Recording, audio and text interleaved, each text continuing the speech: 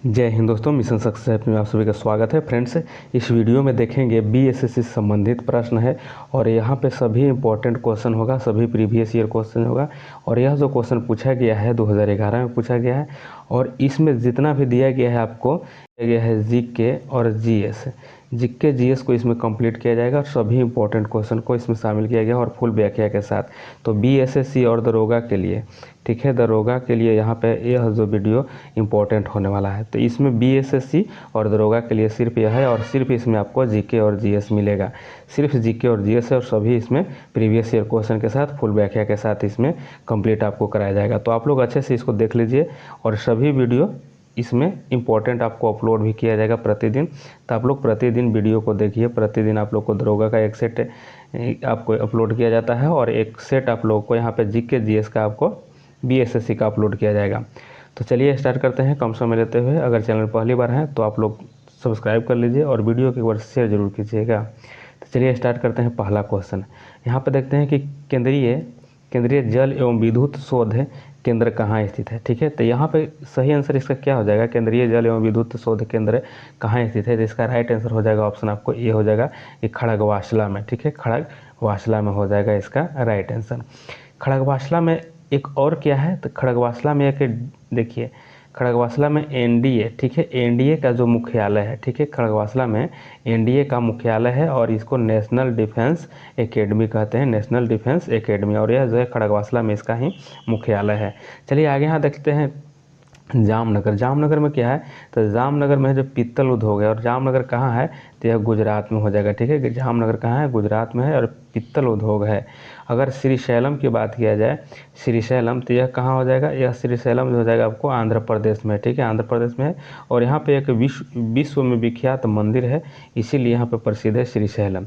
अगर यहाँ पे और समझे विस्तार पूर्वक, जैसे अगर मान लिया जाए कि अगर भारत की प्रथम जल विद्युत परियोजना की अगर बात किया जाए तो भारत में प्रथम जल विद्युत परियोजना जो है यह कर्नाटक में हो जाएगा और इसका नाम की अगर बात की जाए तो शिव समुद्रम हो जाएगा। ठीक है, शिव समुद्रम हो जाएगा। अगर इसकी स्थापना की बात किया जाए तो 1902 में स्थापना हुआ था। 1902 में कर्नाटक में शिव समुद्रम हो जाएगा, इसको याद रखना है। अगर नदी की बात की जाए तो शिव समुद्रम जो हो जाएगा यह कावेरी नदी पर हो जाएगा। ठीक है, कावेरी नदी पर बना हुआ शिव समुद्रम है।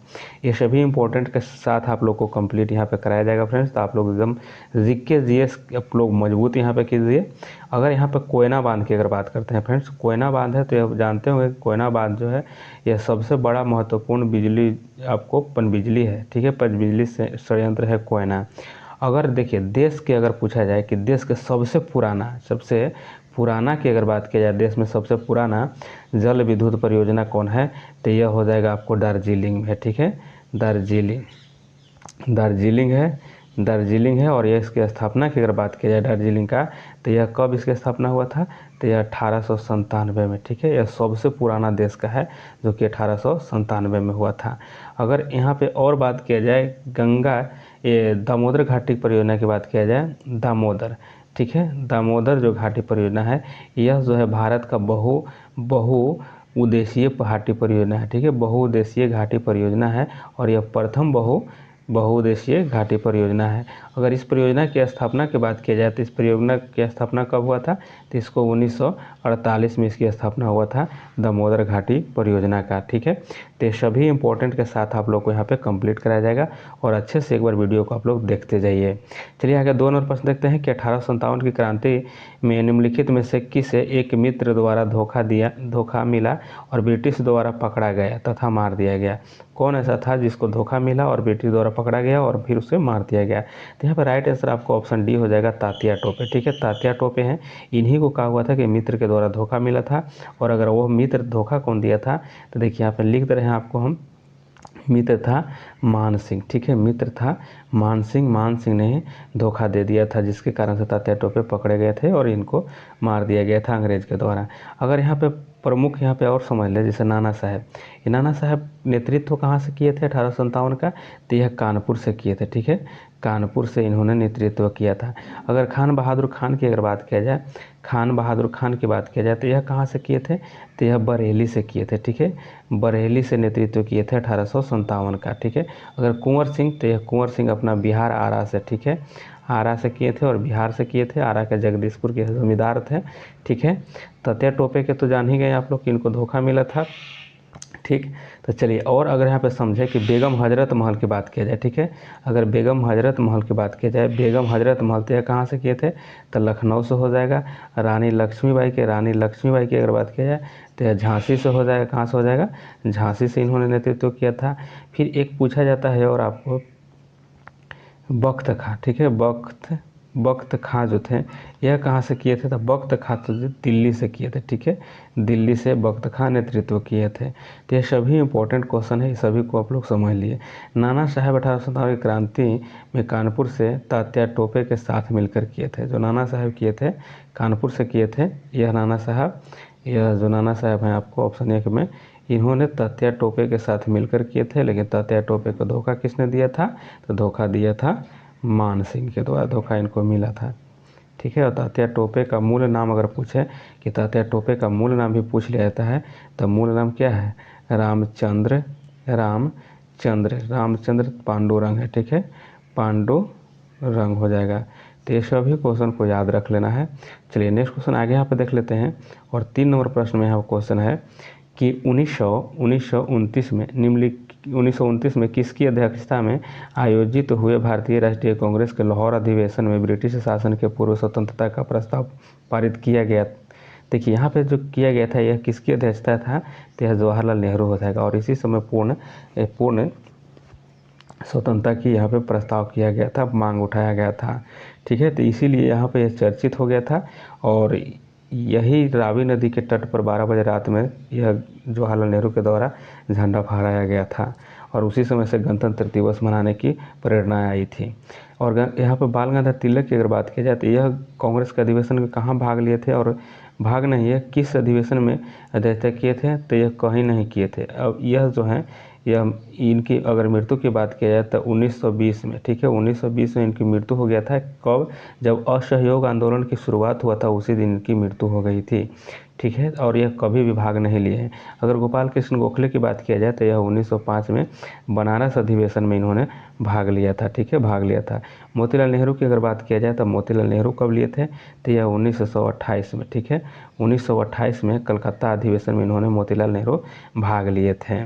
अगर और इसमें विशेष जाने जैसे कि अगर 1931 की बात किया जाए, 1931 की अध्यक्षता किसने किया था, तो सरदार वल्लभ भाई पटेल के द्वारा किया गया था, ठीक है, सरदार वल्लभ भाई पटेल के द्वारा किया गया था।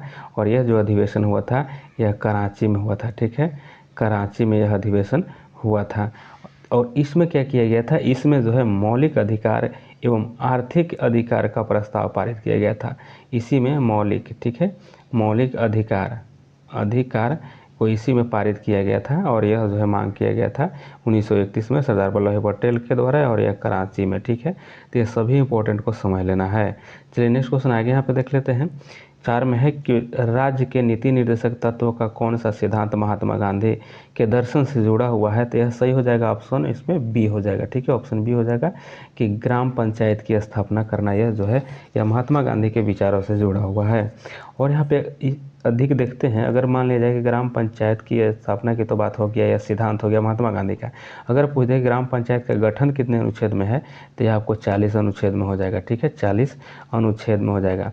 और धन का समान वितरण की अगर बात किया जाए, धन की समान वितरण जो है ऑप्शन 1 में है, तो यह जो हो जाएगा आपको 39 के सी में हो जाएगा, ठीक है, 39 के सी अनुच्छेद में हो जाएगा, ठीक। तो ये सभी क्वेश्चन को समझते चलना है। अगर बात किया जाए यहाँ पे अनुच्छेद चलते हैं, यह सभी नीति निर्देशक तत्वों का यह सभी अनुच्छेद है। अगर 48 अनुच्छेद की बात किया जाए तो इसमें क्या है, तो इसमें हो जाएगा आपको कृषि है, ठीक है, कृषि और पशुपालन है, ठीक है, पशुपालन है, ठीक है, इसको याद रखना है। कृषि और पशुपालन की बात किया गया है 48 में।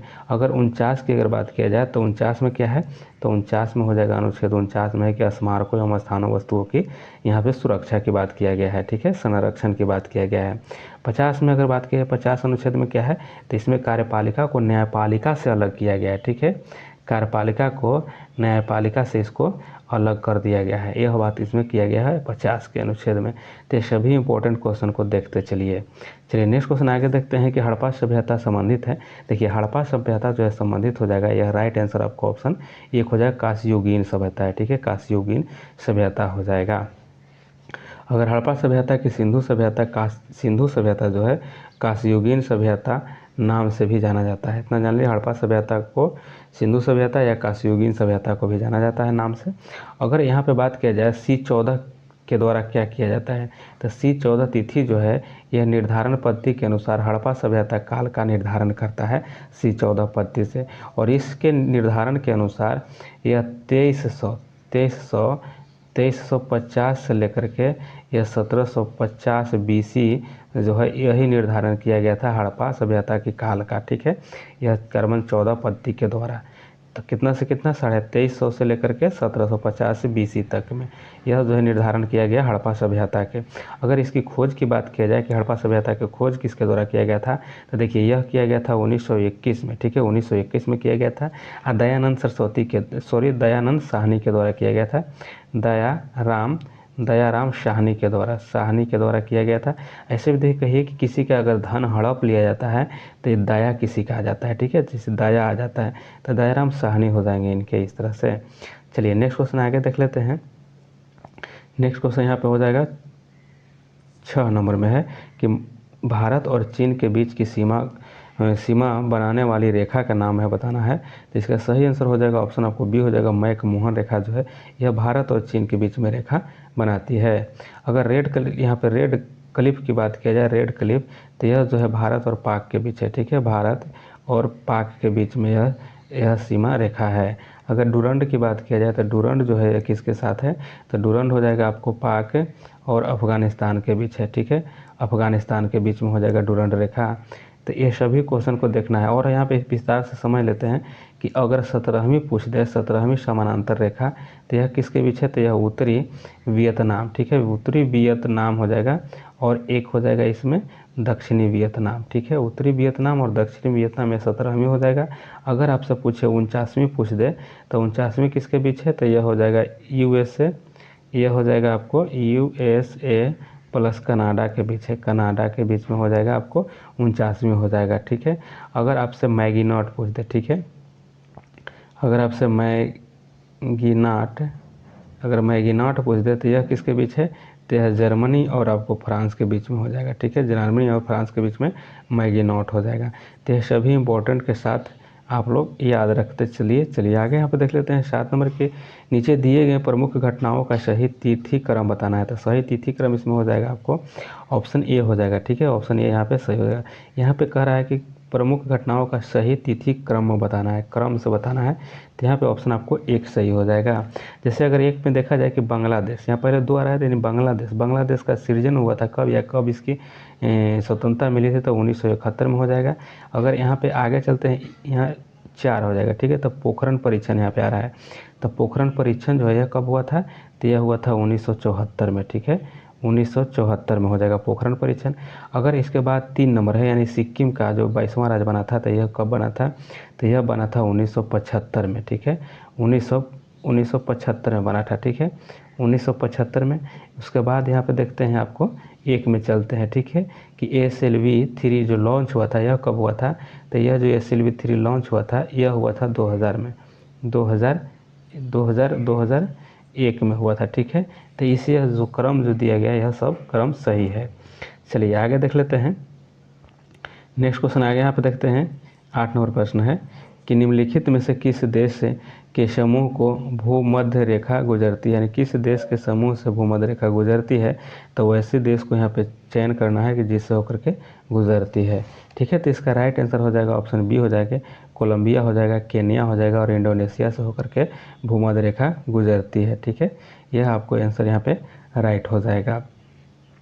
अगर यहाँ पे बात किया जाए कि 1 डिग्री देशांतर का भूमध्य रेखा जो है 1 डिग्री जो है यह देशांतर भूमध्य रेखा पर दूरी अगर पूछा जाए कि दूरी इसका कितना होता है, तो यहाँ पे दूरी हो जाएगा 111.32 किलोमीटर इसका दूरी होता है। ठीक है, 1 डिग्री देशांतर का भूमध्य रेखा पर दूरी कितना होता है, तो यहाँ पे 111.32 किलोमीटर होता है।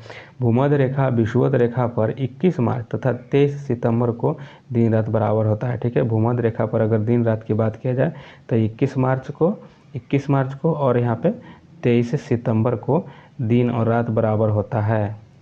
ठीक है, यह भी बात को याद रखना है।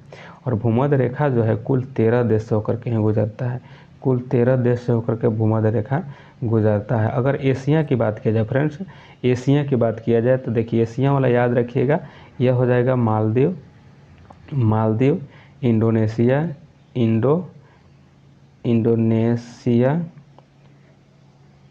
इंडोनेशिया हो जाएगा, फिर उसको किरिबाती हो जाएगा। ठीक है, किरिबाती जो है यह 3 से होकर के गुजरता है एशिया से। ठीक है, 3 एशिया हो जाएगा। और इसमें है एशिया में, वह भी लिख देते हैं आपको, लेकिन मुख्य रूप से यह 3 को याद रखिए। ठीक है, यह 3 को पूछा जाता है, इसीलिए इस 3 पर ध्यान ज़्यादा रखिए। चलिए नेक्स्ट क्वेश्चन आगे देख लेते हैं। यहाँ है 9 का, देखते हैं कि चीनी यात्री हेनसोंग ने भारत का भ्रमण किया। तो चीनी यात्री जो हेनसोंग था, या भारत की भ्रमण किया था, तो किसके शासनकाल में किया था, तो यह राइट आंसर हो जाएगा हर्षवर्धन के शासनकाल में किया गया था। हर्षवर्धन के शासनकाल में 629 AD में। ठीक है, 629 AD में भारत यात्रा पर आया था और 15 वर्षों तक इन्होंने भारत में भ्रमण किया था। ठीक है, और यह नालंदा विश्वविद्यालय जो है बौद्ध धर्म से संबंधित शिक्षा प्राप्त भी किया था यहाँ से। और इसके द्वारा एक वृत्तांत लिखा गया था यह हेनसोंग के द्वारा, उस वृत्तांत का नाम क्या है, तो CU की है। ठीक है, CU की हो जाएगा। तो ये सभी को याद रखना है।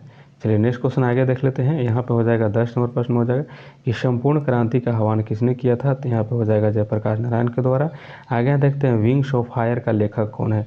देखिए यहाँ पे राइट आंसर हो जाएगा APJ अब्दुल कलाम हो जाएंगे, विंग्स ऑफ फायर के लेखक हो जाएंगे। ठीक है, इन्हीं को मिसाइल मैन के नाम से भी जाना जाता है, अब्दुल कलाम आज़ाद के। अबुल कलाम आज़ाद को यहाँ मिसाइल के नाम से, मिसाइल मैन के नाम से इनको जाना जाता है। चलिए आगे यहाँ पे देख लेते हैं। अगर यह जो पुस्तक की लेखक जो हो जाएगा APJ अब्दुल कलाम हो जाएंगे। अगर जवाहरलाल की पुस्तक की अगर बात की जाए तो इनका द्वारा लिखा गया है डिस्कवरी ऑफ इंडिया लिखा गया है, डिस्कवरी ऑफ इंडिया लिखा गया है। अरुंधति की अगर बात किया जाए तो यह जो अरुंधति राय हैं, यह the guard of small thing. ठीक है, स्मॉल थिंग लिखा गया है इन्हीं के द्वारा। स्मॉल थिंग्स जो लिखा गया है यह अरुंधति राय के द्वारा। तो सभी क्वेश्चन को याद रख लेना है।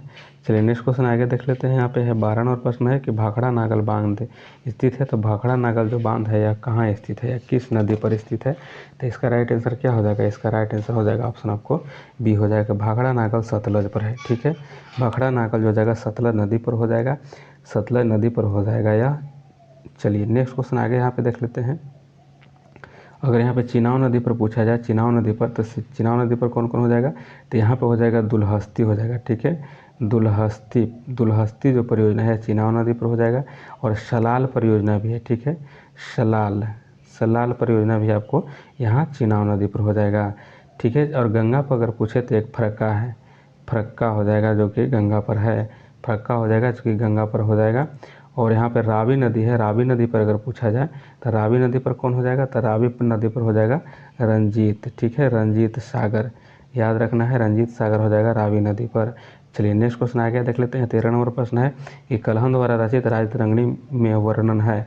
तो कलहन द्वारा जो रचित है राजतरंगिणी, इसमें क्या वर्णन है, तो इसमें कश्मीर का इतिहास का वर्णन किया गया है, कश्मीर का इतिहास का वर्णन किया गया है। चंद्रगुप्त मौर्य के शासन के बारे में भी कौटिल्य और विष्णुगुप्त के द्वारा भी अर्थशास्त्र में लिखा गया है। ठीक है, यह जो है यह आपको हो जाए कश्मीर के संबंधित यह राजतरंगिणी। अगर यहाँ पे अर्थशास्त्र के बारे, यहाँ चंद्रगुप्त मौर्य के शासन के बारे में यहाँ जो दिया गया है यह अर्थशास्त्र में हो जाएगा। ठीक है, यह अर्थशास्त्र में, और अर्थशास्त्र किसके द्वारा लिखा गया है, यह चंद्रगुप्त मौर्य के द्वारा लिखा गया है। सॉरी, यह लिखा गया है चाणक्य और विष्णुगुप्त के द्वारा। ठीक है, यह जो है गुप्त वंश के शासन का यहाँ पे उल्लेख इसमें मिलता है अर्थशास्त्र में। और यह जो है प्रशासन से संबंधित यानी शासन से संबंधित हो जाएगा अर्थशास्त्र बुक। चलिए नेक्स्ट क्वेश्चन आगे यहाँ देख लेते हैं। 14 नंबर में है कि राजा राम मोहन राय संस्थापक थे। तो राजा राम मोहन राय जो संस्थापक किसका हो जाएंगे, यहाँ पे राइट आंसर हो जाएगा ब्रह्म समाज का हो जाएगा। अगर ब्रह्म समाज की यहाँ पे बात किया जाए कि ब्रह्म समाज की स्थापना कब हुआ था, तो 1828 में स्थापना किया गया था, यह राजा राम मोहन राय के द्वारा। ठीक है, अगर यहाँ पे आर्य समाज है, ठीक है, आर्य समाज की अगर स्थापना की बात किया जाए तो किसके द्वारा किया गया है, तो आर्य समाज की स्थापना किया गया है, यह किया गया है दयानंद सरस्वती के द्वारा किया गया है स्थापना यहाँ पे आर्य समाज का। ठीक है, यहाँ पे रामकृष्ण मिशन जो है, रामकृष्ण मिशन, इसकी स्थापना किसने किया था, तो इसकी स्थापना जो है विवेकानंद के द्वारा किया गया, विवेकानंद के द्वारा किया गया है। ठीक है, विवेकानंद के द्वारा किया गया है यह रामकृष्ण मिशन की। अगर प्रार्थना समाज की अगर बात किया जाए तो प्रार्थना समाज के संस्थापक कौन हो जाएंगे यहाँ पे, तो यहाँ पे आत्मारंग पांडुरंग हो जाएंगे। ठीक, कौन हो जाएंगे, आत्मारंग पांडुरंग। ठीक है, पांडुरंग हो जाएंगे। यह स्थापना किया गया था किसका, तो यह प्रार्थना समाज का। ऐसे भी देखते हैं हम लोग प्रार्थना करते हैं तो प्रार्थना करने के बाद क्या होता है, आत्मा जो है शांति आत्मा को मिलता है, तो वही आत्मारंग पांडुरंग हो जाएंगे।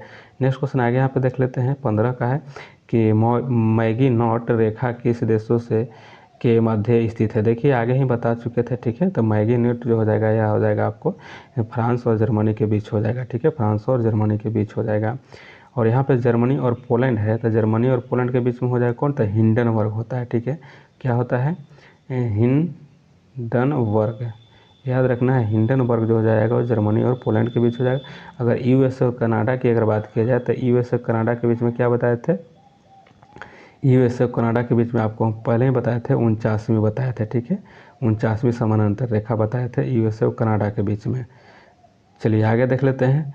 नेक्स्ट क्वेश्चन यहाँ पे हो जाएगा 16 नंबर में कि सतलज नदी का उद्गम कहाँ है। ठीक है, तो सतलज नदी का उद्गम जो है कहाँ हो जाएगा, इसका बी हो जाएगा कि चीन से है। ठीक है, और चीन से हो जाएगा यह मानसरोवर झील के पास राकस ताल से निकलता है यह जो आपको सतलज नदी। ठीक है, चलिए आगे देख लेते हैं। नेक्स्ट क्वेश्चन यहाँ पे 17 नंबर का हो जाएगा कि भारतीय संविधान सभा ने भारतीय राष्ट्रीय ध्वज की रूपरेखा को अंगीकार किया। तो यह जो है भारतीय राष्ट्रीय ध्वज के रूपरेखा को कब अंगीकार किया गया, इसका सही आंसर हो जाएगा ऑप्शन डी हो जाएगा कि 22 जुलाई 1947 को अंगीकार कर लिया गया था। नेक्स्ट क्वेश्चन आ गया था भारतीय राष्ट्रीय गान पहली बार गाया गया था, तो पहली बार देखिए कब गाया गया था, तो यह गाया गया था पहली बार राष्ट्रीय गान 1911 में। ठीक है, 1911 में यह पहली बार गाया गया था और यह जो है कलकत्ता अधिवेशन में गाया गया था। ठीक से, कलकत्ता अधिवेशन में गाया गया था।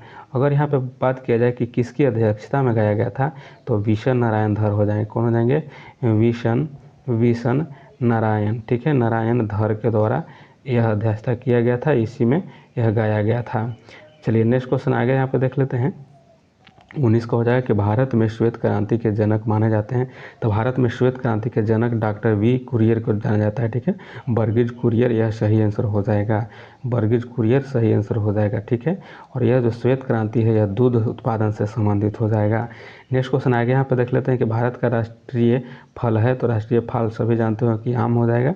नेक्स्ट क्वेश्चन आगे यहाँ पे देख लेते हैं कि दुनिया का नवीनतम देश है, यानी दुनिया का नया देश कौन है, तो इसका सही आंसर हो जाएगा आपको ऑप्शन ए हो जाएगा दक्षिणी सूडान गणतंत्र। ठीक है, ऑप्शन यहाँ पे एक यहाँ पे राइट आंसर हो जाएगा। और यह जो है 2011 में यह देश अलग स्वतंत्र बना था। ठीक है, और यह दक्षिणी सूडान जो है किससे होकर, तो सूडान देश से अलग होकर बना था। नेक्स्ट क्वेश्चन आ गया, देखते हैं कि न्यूनतम साक्षरता वाला देश अगर पूछे न्यूनतम साक्षरता वाला प्रदेश कौन हो जाएगा, तो यहाँ पे देखिए सही आंसर हो जाएगा आपको 22 का ऑप्शन सी हो जाएगा। बिहार जो है सबसे कम साक्षरता बिहार की है।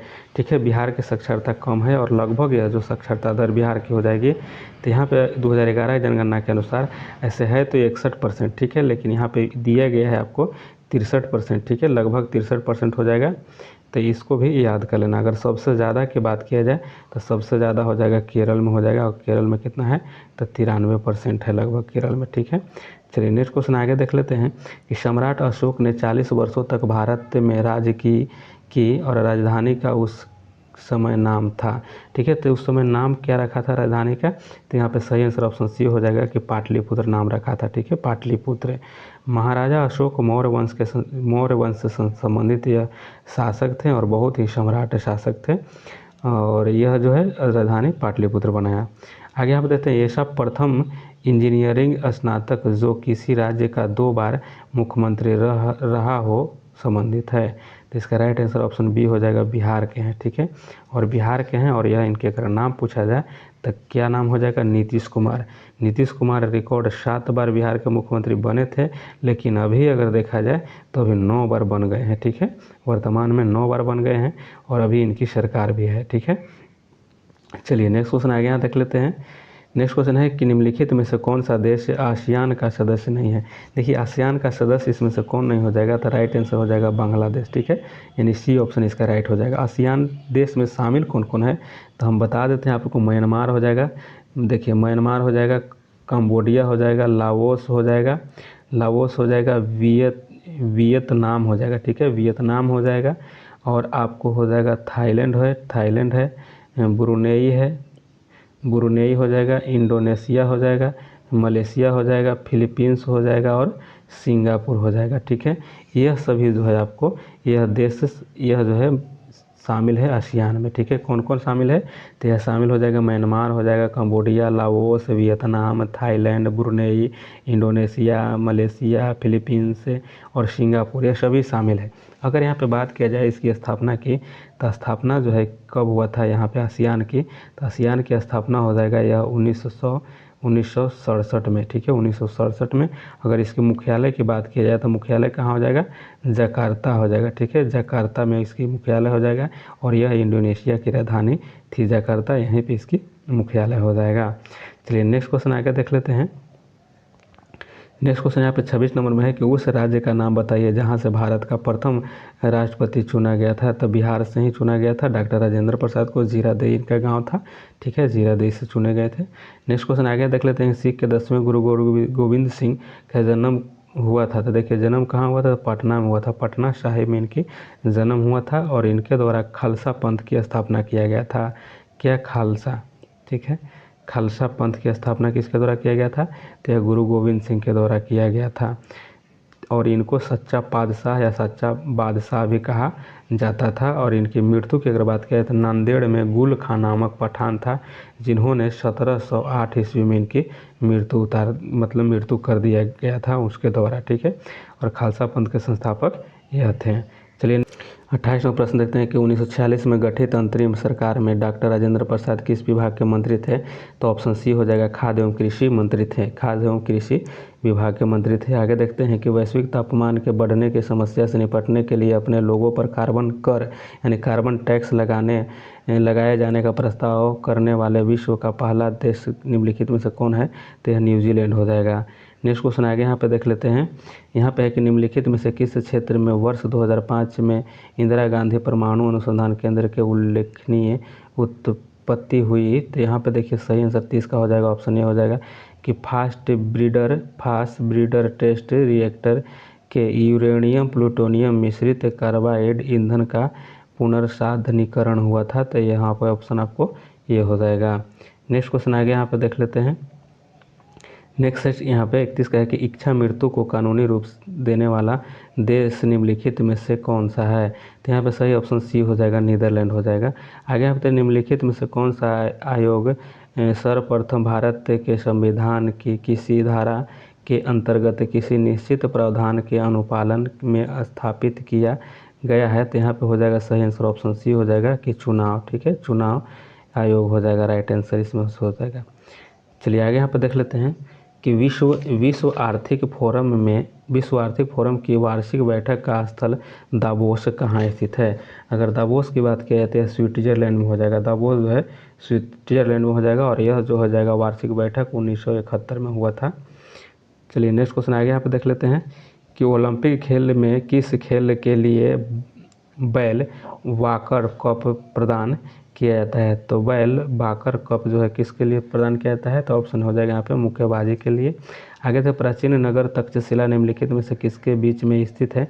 तो तक्षशिला जो हो जाएगा किसके बीच में हो जाएगा, तो यह हो जाएगा आपको सिंधु और झेलम के बीच में हो जाएगा। नेक्स्ट क्वेश्चन आगे देख लेते हैं। 36 नंबर में है कि निम्नलिखित में से कौन विद्रोह बंकिम चंद्र चटर्जी के उपन्यास आनंद मठ के द्वारा प्रसिद्ध हुआ था। तो यहाँ पे हो जाएगा सन्यासी विद्रोह। ऑप्शन आपको यहाँ पे हो जाएगा डी, इसका राइट आंसर हो जाएगा। डी आंसर इसका राइट हो जाएगा। सन्यासी विद्रोह की बात की जाए तो 1766 से लेकर के यह 1800 ईस्वी तक में यह जो है चला था। ठीक है, चलिए नेक्स्ट क्वेश्चन आगे यहाँ पे देख लेते हैं कि निम्नलिखित में से कौन सा कथन सत्य नहीं है। तो इसमें सत्य कौन नहीं है, तो यहाँ पे ऑप्शन जो सी जो है, कावेरी नदी का उद्गम आंध्र प्रदेश में है, यह सत्य नहीं हो जाएगा। ठीक है, कावेरी नदी का उद्गम जो है यह तालकावेरी कर्नाटक में हो जाएगा। ठीक है, तालकावेरी कर्नाटक में। बाकी सभी इसमें महानदी का उद्गम छत्तीसगढ़, गोदावरी महाराष्ट्र हो जाएगा, ताप्ती जो हो जाएगा मध्य प्रदेश, सब सही है। आगे यहाँ देख लेते हैं निम्नलिखित में से कौन एक हिंदुस्तानी शास्त्रीय गायक है। तो हिंदुस्तानी शास्त्रीय गायक इसमें से कौन हो जाएंगे, ऑप्शन सी हो जाएगा गंगूबाई हंगल जो हो जाएंगे, यह आपको हिंदुस्तानी शास्त्रीय गायक हो जाएंगे। नेक्स्ट क्वेश्चन आगे यहाँ पे देख लेते हैं कोलंबो से अल्मोड़ा तक व्याख्या निम्नलिखित में से किसके अनुभवों पर आधारित है। तो कोलंबो से अल्मोड़ा तक जो व्याख्या किया गया है यह हो जाएगा आपको स्वामी विवेकानंद के यहाँ पे अनुभवों के आधार पर है। चलिए आगे यहाँ पे देख लेते हैं, और यहाँ पे 40 नंबर प्रश्न हो जाएगा कि वैज्ञानिक तथा औद्योगिक अनुसंधान परिषद का अध्यक्ष कौन है। तो इसका सही आंसर हो जाएगा ऑप्शन सी हो जाएगा कि भारत का प्रधानमंत्री। आगे यहाँ पर देते हैं कि भारत में हरित क्रांति का जनक किसे माना जाता है। तो एम स्वामीनाथन को मानता है, ऑप्शन आपको यहाँ पे बी हो जाएगा। ठीक है, और यह जो हरित क्रांति आए थे 1966 से लेकर के यह 67 में आया था। ठीक है, चलिए नेक्स्ट क्वेश्चन आगे देख लेते हैं। यहाँ पे है कि श्री कुमार बनर्जी निम्नलिखित में से किससे संबंधित है। श्री कुमार बनर्जी जो हो जाएंगे यह परमाणु ऊर्जा आयोग से संबंधित है। ठीक है, आयोग से संबंधित ये हो जाएंगे। चलिए नेक्स्ट क्वेश्चन आगे यहाँ पे देख लेते हैं कि राष्ट्रीय स्मार्ट गवर्नेंस संस्थान कहाँ स्थित है। तो यह हो जाएगा कहाँ आपको, तो यह राइट आंसर हो जाएगा आपको हैदराबाद में हो जाएगा। नेक्स्ट क्वेश्चन आगे यहाँ पे देख लेते हैं कि वह भारतीय टेनिस खिलाड़ी जो फिल्म निर्माण हेतु बॉलीवुड से जुड़ी है। तो यह देखिए इसका सही आंसर हो जाएगा आपको ऑप्शन 1 हो जाएगा। ठीक है, लिएंडर पेस हो जाएगा, लिएंडर पेस हो जाएगा। नेक्स्ट क्वेश्चन आगे यहाँ पे देख लेते हैं कि लव निम्नलिखित में से किस खेल से संबंधित है। तो लव जो हो जाएगा यह संबंधित हो जाएगा आपको टेनिस से संबंधित हो जाएगा लव। नेक्स्ट क्वेश्चन आगे देख लेते हैं। नेक्स्ट क्वेश्चन यहाँ पे है आगे कि 2014 के राष्ट्रमंडल खेल निम्नलिखित में से किस देश में आयोजित किए गए थे। तो यह देखिए 2014 की बात है। तो यहाँ पे देख लीजिए इसका आंसर यह हो गया था स्कॉटलैंड में हुआ था, लेकिन अभी करेंट अफेयर याद करना होगा आप लोग को। चलिए आगे यहाँ पे देख लेते हैं कि वृंदावन गार्डन स्थित है। तो वृंदावन जो गार्डन है कहाँ हो जाएगा, यह जो हो जाएगा ऑप्शन सी हो जाएगा, यह मैसूर में है। वृंदावन गार्डन जो है यह कहाँ, मैसूर में है। ये नहीं कि वृंदावन यूपी नहीं लगा दीजिएगा। ठीक है, तो यहाँ पर आपको सही हो जाएगा कि मैसूर में हो जाएगा। चलिए नेक्स्ट क्वेश्चन आगे यहाँ पे देख लेते हैं कि उस राज्य का नाम बताइए जहाँ से अधिकतम संख्या में केंद्रीय रेलवे मंत्री बने हैं। तो अधिकतम जो केंद्रीय मंत्री जो बने हैं सबसे ज़्यादा बिहार से बने हैं। नेक्स्ट क्वेश्चन आगे यहाँ पे देख लेते हैं कि निम्नलिखित में से कौन एक टेनिस खिलाड़ी है। तो टेनिस खिलाड़ी कौन हो जाएगा, इसमें से राइट आंसर ऑप्शन हो जाएगा बी हो जाएगा कि ग्रेग जॉन हो जाएंगे। आगे 50 नंबर देखते हैं कि श्री HR भारद्वाज राज्यपाल हैं। तो देखिए उस समय की बात है। ठीक है, तो उस समय में यह भारद्वाज कहाँ के थे, तो कर्नाटक के थे, लेकिन अभी करंट अफेयर में आपको अलग अलग हो जाएंगे। ठीक, तो सब अभी करेंट अफेयर याद करने रहा है कि राज्यपाल करेंट सभी को देख लेना है कहाँ कहाँ के कौन है। चलिए आगे यहाँ पे देख लेते हैं। हम 52 नंबर प्रश्न हो जाएगा। 52 नंबर के निम्नलिखित में से कौन बर्ड फ्लू वायरस है जिसके एवियन फ्लू वायरस भी कहा जाता है। तो इसमें एवियन जो फ्लू वायरस है इसमें कौन कहा जाएगा, तो इसको सही आंसर आपको कौन हो जाएगा। तो 52 का राइट आंसर हो जाएगा आपको ऑप्शन ये हो जाएगा। ठीक है, कि H5N1 हो जाएगा। आगे देखिए मोबाइल सिम कार्ड में सिम का अर्थ होता है, यानी सिम का यहाँ पे फुल फॉर्म पूछा गया है। तो सिम का फुल फॉर्म हो जाएगा कि सब्सक्राइबर आइडेंटिफिकेशन मॉड्यूल होता है, ऑप्शन बी हो जाएगा। नेक्स्ट देखते हैं यहाँ पे 54 नंबर प्रश्न हो जाएगा कि निम्नलिखित में से कौन भारी पिंड संचय काल रात्रि में अवकाश में सबसे अधिक चमकता है। तो भारी पिंड जो है कौन है संचय काल जो कि रात्रि में अधिकतर चमकता है। तो यहाँ पे सही आंसर हो जाएगा आपको ऑप्शन डी हो जाएगा कि शुक्र जो है सबसे ज़्यादा चमकता है। नेक्स्ट क्वेश्चन आगे देखते हैं कि समुद्रीय शीतल पवन बहती है। समुद्रीय शीतल पवन जो है यह दिन में समुद्र से भूमि की ओर बहता है, इसी को समुद्रीय शीतल पवन जो है यह दिन में क्या होता है कि समुद्र से भूमि की ओर बहता है। ठीक है, चलिए नेक्स्ट क्वेश्चन आगे देख लेते हैं। नेक्स्ट क्वेश्चन आपको हो जाएगा 58 नंबर अब है। ठीक है, 58 नंबर, और यह सभी आप लोग को यहाँ पे जीके जीएस है, इसीलिए आपको यह सीरियल में नहीं मिलेगा। ठीक है, चलिए आगे देख लेते हैं कि यदि एक पेंडुलम के दोलन करने वाली घड़ी को पृथ्वी से चंद्रमा पर ले जाया जाए तो घड़ी होगी। तो देखिए पृथ्वी से जब चंद्रमा पर जाएगा तो यह सुस्त पड़ जाएगा। ठीक है, सुस्त पड़ जाएगा। और सुस्त यह क्यों पड़ेगा, इसलिए पड़ेगा सुस्त कि यहाँ पे क्या होता है कि वायुमंडल न रहने के कारण सुस्त पड़ जाता है, ठीक है, इसीलिए सुस्त पड़ता है। चलिए नेक्स्ट क्वेश्चन आगे देख लेते हैं यहाँ पे कि जब प्रकाश की तरंगे वायु से कांच में होकर गुजरती है, वायु से कांच में होकर गुजरती है तो वह कौन से परिवर्त्य प्रभावित होंगे, ठीक है। तो देखिए इसमें सही आंसर हो जाएगा आपको, राइट आंसर इसका ऑप्शन डी हो जाएगा कि केवल तरंगे, धैर्य तथा वेग, ठीक है, यह परिवर्तित होगा।